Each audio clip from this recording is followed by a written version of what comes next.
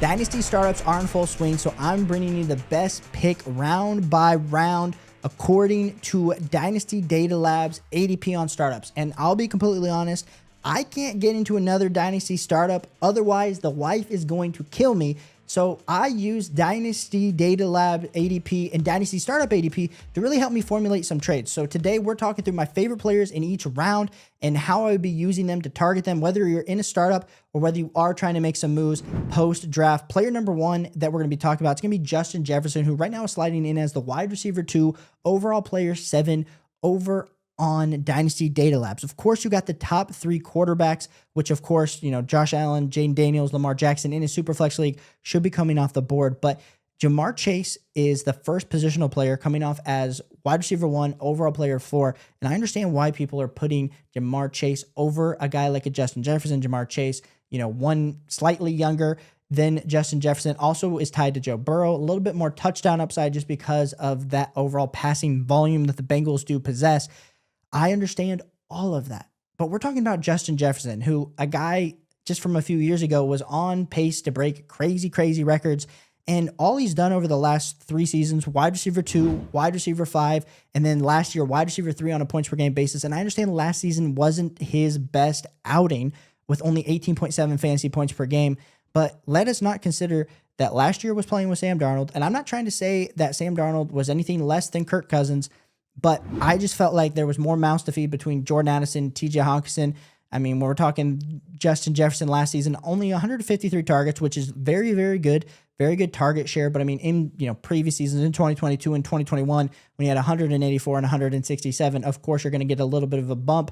And then even last season in 2023, when we're talking through, he only played in 10 games, but had 20.2 fantasy points per game and just a little bit higher points per game wise for Justin Jefferson. So I still am high on Justin Jefferson. I think everyone, of course, is high on Justin Jefferson, but the fact of the matter is he's over 25 years old. A lot of people aren't going to be putting them in their cornerstone rankings. And as much as I hate to say it, there's just some sickos out here that love their guys under 25.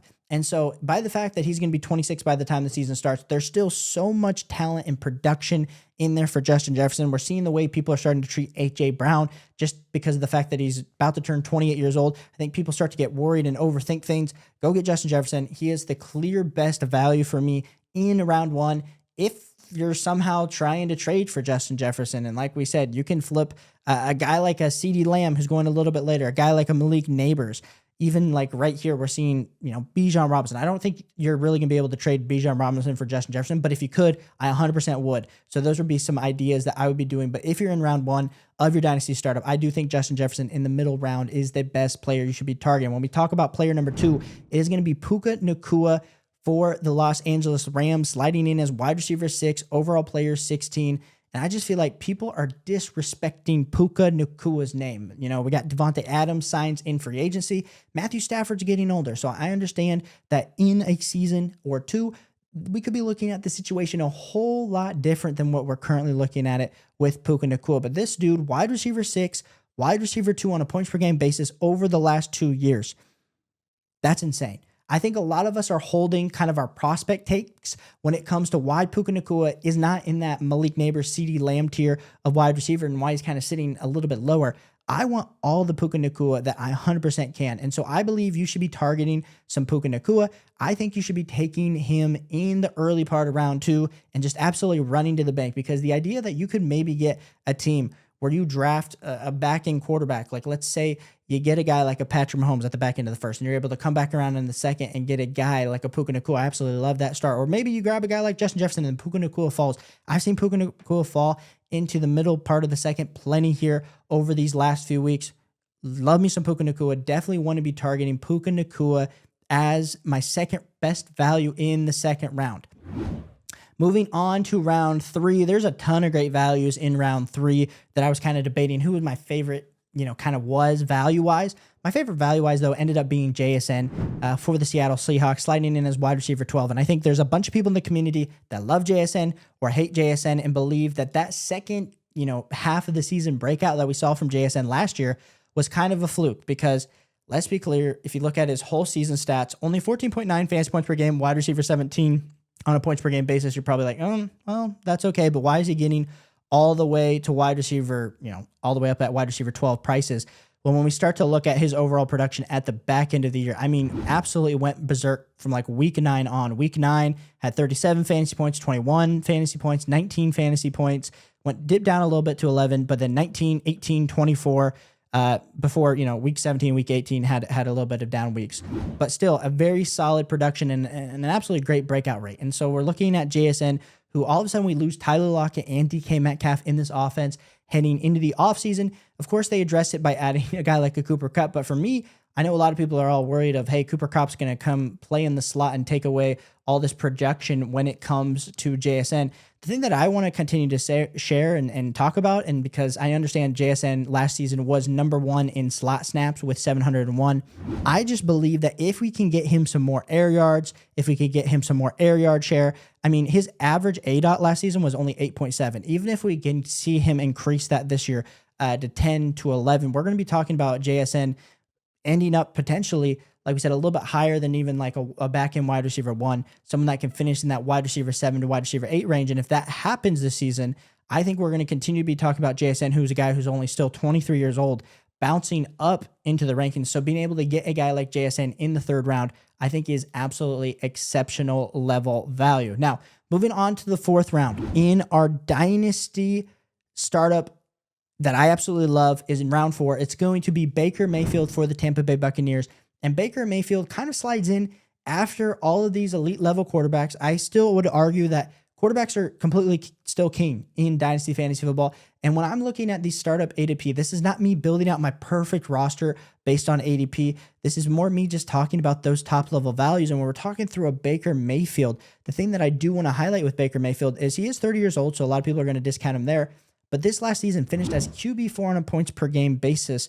And a lot of people are going to say, Caleb, well, he threw the ball 570 times. The Tampa Bay Buccaneers absolutely crushed it. Well, we're looking at the last 2 seasons. In 2023, he had 566 passing attempts, 570 in 2024. I understand he's had great offensive coordinators. In 2023, he had Dave Canales. In 2024, he had Liam Cohen. Now, we move on to new offensive coordinator, John Grizzard. We'll have to see how that ends up doing for Baker Mayfield, but we did see them add in Emeka Egbuka, round 1 wide receiver. So even if Chris Godwin's a little bit slow to come off his injury, I absolutely love this overall value here for Baker Mayfield. If you get your QB2 here, or even if he ends up being your QB1, because maybe you took some more positional players for the first 3 picks. I absolutely love this overall value here for Baker Mayfield. We move on to round 5, and we are going to be talking about 2 guys because I couldn't really just highlight one. It's going to be Trevor Lawrence and J.J. McCarthy. So we're continuing talking about quarterbacks. We first have Trevor Lawrence, who we see get the big addition of Travis Hunter added to the Jacksonville Jaguars. We also have Liam Cohen hired as the head coach. And the thing that I want to talk about with Liam Cohen is we saw what he was able to do last season with Baker Mayfield. Imagine if he could do those same exact things, those same exact concepts with Trevor Lawrence, Brian Thomas Jr., and Travis Hunter. I'm not trying to be mean. Like, I think seeing Mike Evans absolutely succeed in the NFL is amazing, but I would argue that Brian Thomas Jr. and Travis Hunter are a lot better than Chris Godwin and Mike Evans. And so looking at Trevor Lawrence, I would love to be buying him. I would love to be drafting him in round 5. I think we're going to continue to see that ADP climb. I think right now we're seeing him ADP in round 5, but I wouldn't be surprised if we actually see him in round 4 by the time we get to the end of May. So I absolutely love some Trevor Lawrence. Also love some J.J. McCarthy. There was one point in the last month and a half that J.J. McCarthy climbed all the way up to QB 14 on Keep Trade Cut. But coming into this Dynasty Data Lab ADP at QB 18, I want to take a shot. Kevin O'Connell is the quarterback whisperer. They took him with top-end draft capital. He's got Justin Jefferson, Jordan Addison, TJ Hawkinson, just to name a few players. Give me all the shots that I can at J.J. McCarthy, whether you liked his profile or not. I want to be taking a shot on him in round 5 because otherwise you're looking at guys like a Jared Goff, a Michael Penix in that same range at quarterback. I absolutely want to be taking shots. And like, there's guys around him, like a James Cook, Josh Jacobs, like CMC, Romo Dunze. I don't know if anyone's really trading a Romo Dunze straight up in the league for J.J. McCarthy, but even if I could trade like Quinshon Judkins for a J.J. McCarthy at this point, I 100% would. So I absolutely love Trevor Lawrence, J.J. McCarthy in round 5 of your Dynasty startup. My favorite player in round 6, there's a bunch of guys right now kind of going in this range, but my favorite player right now, I will put it being Emeka Egbuka. Now, Emeka Egbuka is the first rookie that we're going to talk about. A lot of people's consensus 107, 108 in this class. the thing that I want to talk about with Emeka Egbuka is I don't think a lot of people are willing to be patient with him. Not a lot of people are realizing that if Chris Godwin was a little bit more ahead of schedule, they probably look to maybe draft a wide receiver in round 2. But a guy like Emeka Egbuka slides in there and I think instantly makes Jalen McMillan dust. Emeka Egbuka is going to slide in. I think he can play, on the outside. He can play in the slot. And he'll be able to be used in this new offense with Baker Mayfield to just be able to be the high-powered machine, that high-passing passing attack. And if they're going to be throwing the ball 560 to 570 times like they had the last 2 seasons, there's going to be plenty of opportunities for a guy like Emeka Egbuka, especially the fact that we have seen, Chris Godwin over the last few years not be the most consistent with health. Not that I'm trying to wish anything on Mike Evans, but Mike Evans is also getting up there. I need another 1,010 season for my man, but Emeka Egbuka, I think, could slide in and help carry some of that load. So I definitely want to be taking a shot on him in the 6th round. In the 7th round, we're going to be talking about a guy like Dak Prescott. And Dak Prescott gets George Pickens out of this offense. So now we don't only have CeeDee Lamb, we also have George Pickens to throw as his wide receiver too. Last season only played in 8 games, 15.6 fantasy points per game. And I understand Dak Prescott with that hamstring tear was not ideal, missed the whole rest of the season. But still, Dak Prescott sliding in at age 31.7, will be 32 this season. I still want some pieces of this. I still want some pieces of Dak Prescott, as I think we could be looking at him when he's at his peak back in 2023 was a QB4. All the way back, when we scroll all the way back, this dude's had high-end upside. In the 5 games that he played back in 2020, that was some incredible fantasy football stats where he was putting up almost 28 fantasy points per game. Now, over the last few seasons, it's hovered between, around 18 to 20 fantasy points per game. But I still think there's a ton of upside to be had with Dak, and especially if you're going to be getting him, at this, round 7 type prices, even late round 6, I want to be taking all the shots that I can at Dak Prescott, because the same reasons that I love Baker Mayfield, I feel like Dak Prescott's just a little bit cheaper and almost playing in a more pass-happy offense. They didn't add any sort of running backs in the draft that we have to worry about. You got Javonte Williams, you got Jaden Blue. They literally drafted Jaden Blue in the 5th. That tells you all you need to know. These guys are going to be passing the ball all around the yard, and I want to be taking a shot on a guy like a Dak Prescott.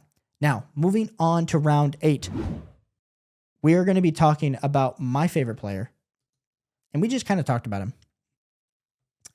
It is going to be Mike Evans. And when you're a competitive team, I understand you might go in and you're going to draft Mike Evans. I mean, if you're maybe playing more of a productive struggle in a startup, you might not go with a guy like Mike Evans. But I still want to be taking all the shots that I can on Mike Evans. I understand Mike Evans is getting old. I understand he is a dinosaur. I understand a lot of people are going to put him into the same conversation that we have about Derrick Henry, about Tyreek Hill. Dude's about to be 32 years old. How much longer can we do this? How much longer can those hamstrings, however thin those bad boys have to be, how long can those things hold up for his 6'5" frame? But he just continues to do it year in and year out. Last year, wide receiver 10 on a fantasy points per game basis. Wide receiver 10 the year before that. Wide receiver 13. I mean, it's not high-end wide receiver ones, but this dude is doing it on a target share basis that's impressive, and he's just been an absolute touchdown dominant machine. Nothing has changed in this offense. He still has Baker Mayfield. Of course, he's getting a new offensive coordinator. They sign Emeka Egbuka, draft him. None of that really impacts Mike Evans. I'm going to be taking my shot on Mike Evans in startup drafts. Give me all the Mike Evans when it comes to round 8. Round 9. There's a lot of guys that we could be talking about. But I'm going to be talking about Josh Downs, wide receiver for the Indianapolis Colts. And when you're in round 9, or you're just looking at overall players here that are kind of in the similar range, I understand why you might want to take a Jaden Reed, a Devontae Adams, a Cortland Sutton over at Josh Downs, who's sliding in as wide receiver 44 over on Dynasty Data Lab.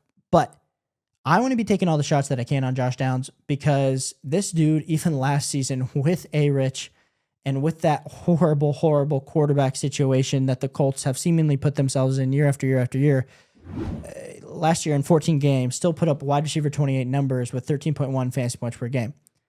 That's exciting me. He commanded 107 targets, 72 receptions, and 5 total touchdowns. The part that I just want to continue to highlight here is, besides, I don't think Michael Pittman is the clear alpha. Tyler Warren, of course, we drafted him. Is he going to be a Brock Bowers type prospect? I don't think so. he probably is stepping into being, the number one receiving option, but I don't know if there's going to be enough for him to absolutely, crater Josh Downs' value. I mean, you got Michael Pittman Jr., you got Alec Pierce, you got A.D. Mitchell. I understand there's a lot of question marks around this overall receiving core for the Colts, but I want to be taking a shot like a guy like a Josh Downs. I really do. Now, we move here to round 10, and there's some guys that I like.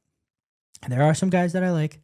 We got a guy like a Travis Etienne. I think there is still some potential, even though a Bhayshul Tuten I absolutely love. You got a guy like a James Conner you would absolutely love to see. But the guy that I want to highlight here in round 10 of startups right now, it is going to be DeAndre Swift.